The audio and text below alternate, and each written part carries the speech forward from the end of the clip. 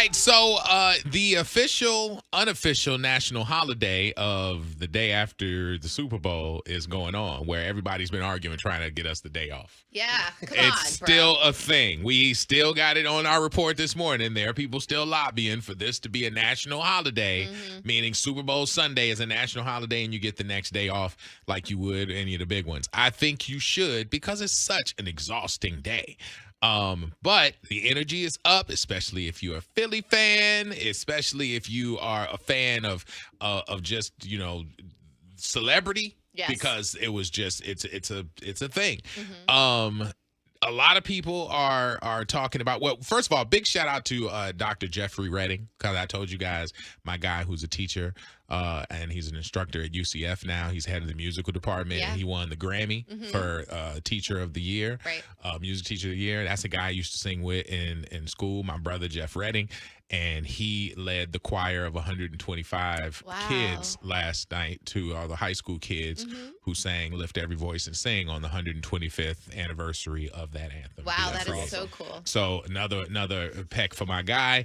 But the other performance, not Lettucey, but actual K-Dotacy. Yes. K-Dot has a lot of people up in arms. I was just hit by Jana, Mrs. DJ Christian, and she had the best response for it, because a lot of people made me upset when they was like, this was trash.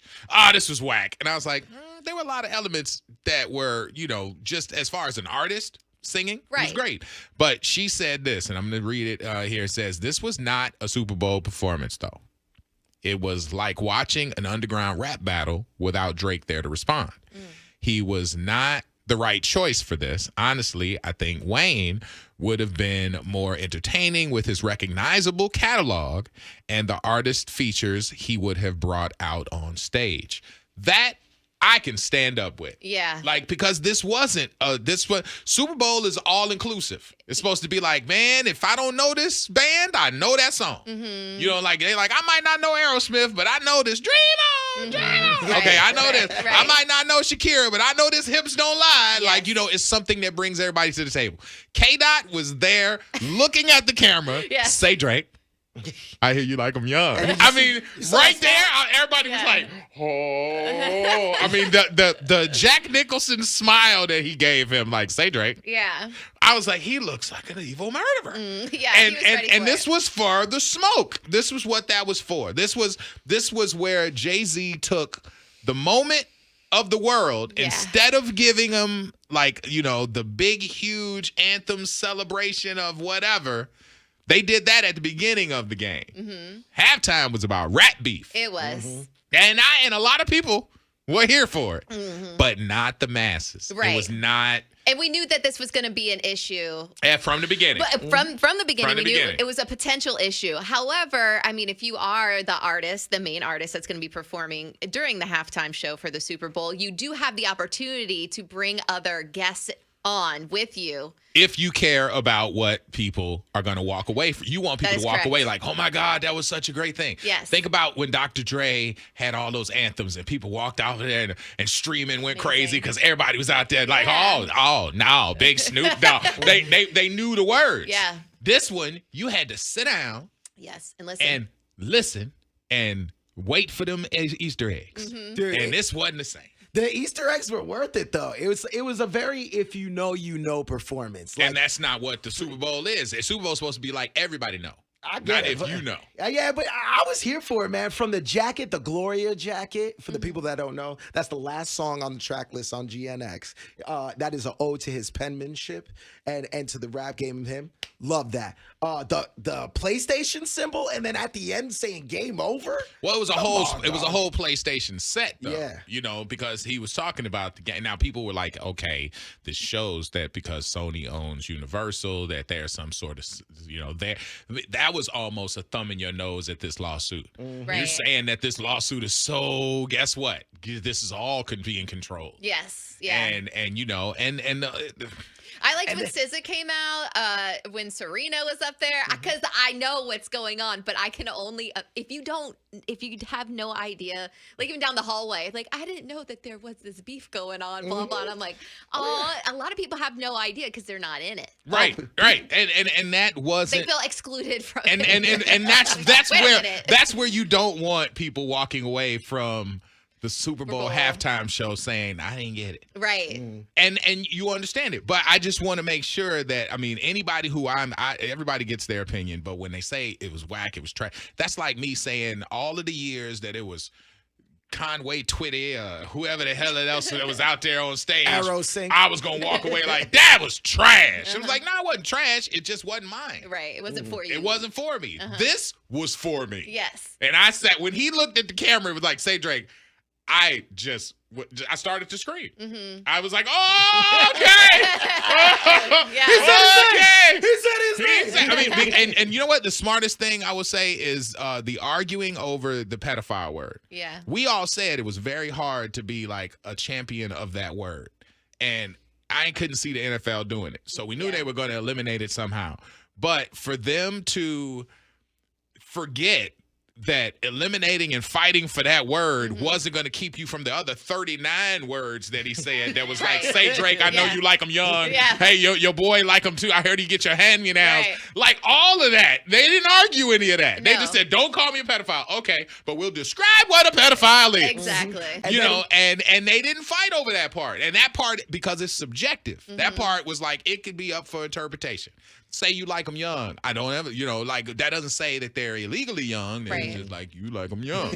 And Drake, we've seen the receipts. Yes. You kind of do. And we expected it to be edited or bleeped a little bit. So I like how they handled that. Yeah, they handled that great. There's a big lawsuit out there. Honestly, one thing you will see, Doechii performed at the Grammys and everybody was like, whoa, she performed live. Yeah. Like she killed it. Her and her, you know, pretty much her DJ were the ones who held it down. And now you see Kendrick take that stage and every lyric was live from him. This TDE collective and now PG Lang, they are really built for this. Right.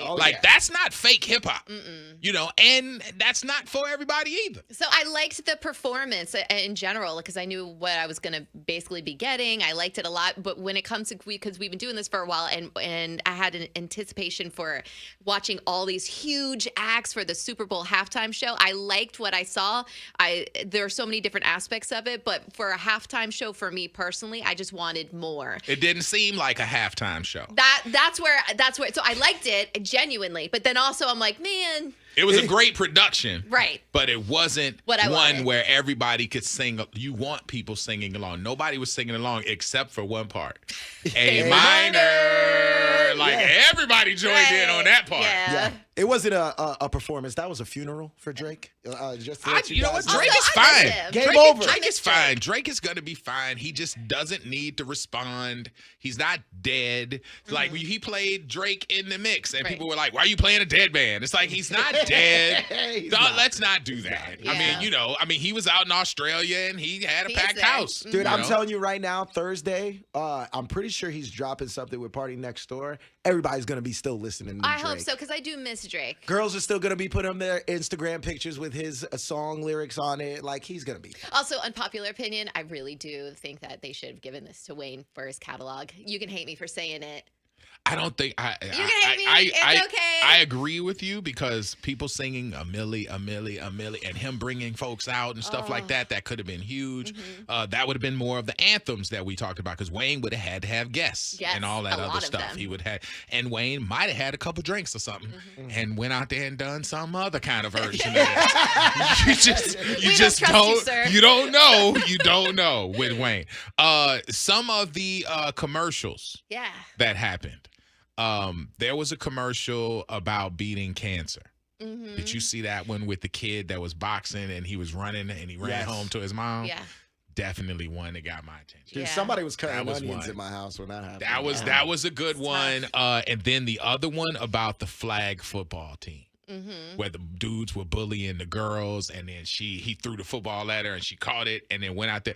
That was a good one too. Yeah. I like that. There's a lot of emotional ones. I like to lean more towards the funny ones if they do get me. I like Posty was in a lot of the Bud Light commercials.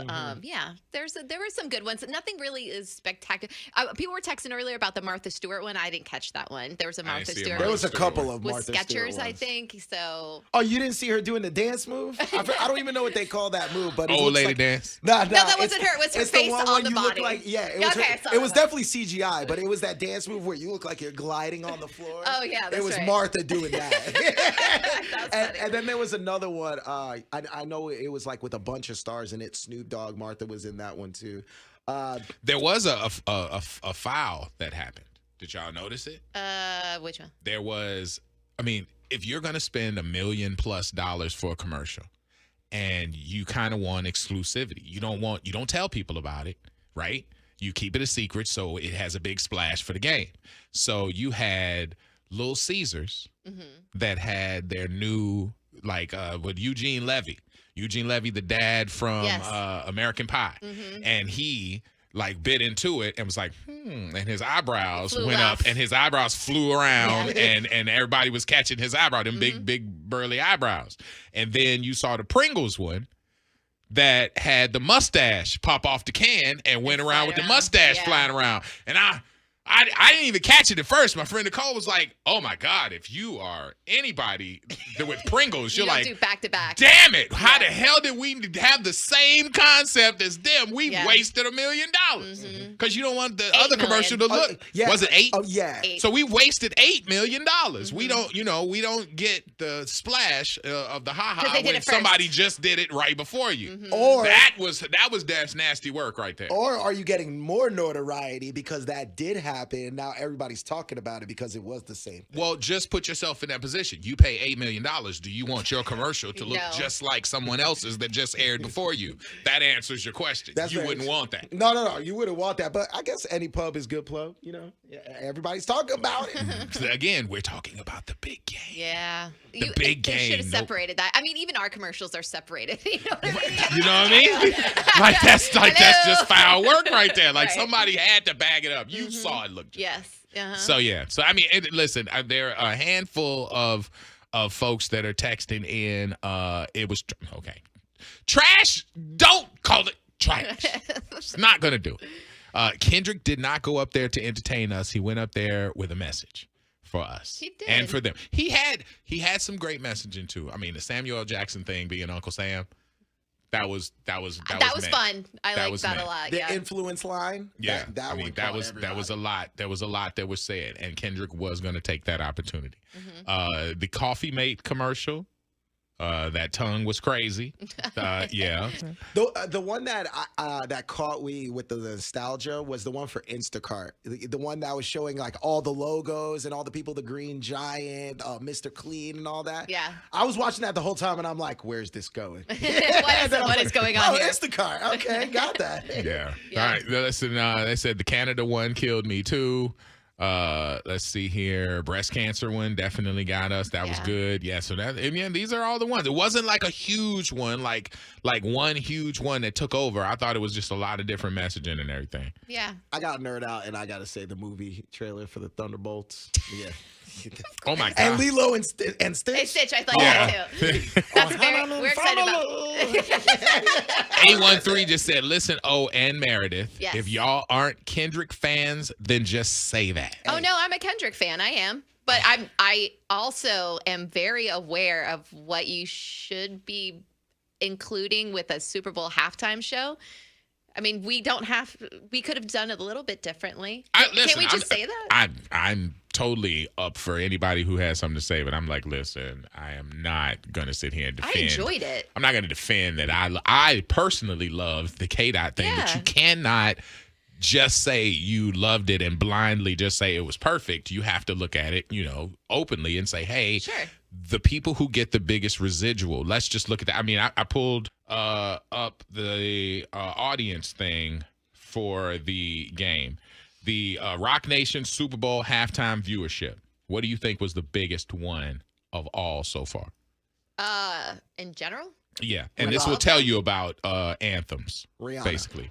Rihanna was not. It was 121 million viewers for 2023. Out of all the halftime shows? Out of ever? all of the RocNation ones that they have produced. Okay. RocNation started in 2020 with Shakira and J-Lo. Right. And that got 103 million. The Weeknd got 96.7 million in 2021. Was it Dre? 103 for Dre in 2022. Okay. Usher, 123.4 million because he had a catalog wins at the big game because diversity is such a huge play for audience. Now, that's just from the raw numbers from boardroom.com. So what I'm saying is that it's not that it was bad. No. It just wasn't as wide enough of a net to pull a bunch of people in singing. And when you got people, Usher ended it with yeah, yeah, yeah, yeah, yeah. And just like, yeah. And everybody doing that whole thing. It's like, we brought the A to the world and blah, blah, blah. That was like bonkers because it was a message from the A, but the world was out there like, yeah, yeah. You had old people throwing up A's, peace up, A down, down. You know, that was a different look. So that's what I'm saying. I'm not saying I don't like Kendrick. I got more than I'm even talking about with what he was saying. Yes. I got it. As a hip-hop fan, as a K-Dot fan, as a black man, I understood it. Even having Uncle Sam be Samuel Jackson, which was a throw to Django, with him warning him, don't be out here embarrassing us in front of these people.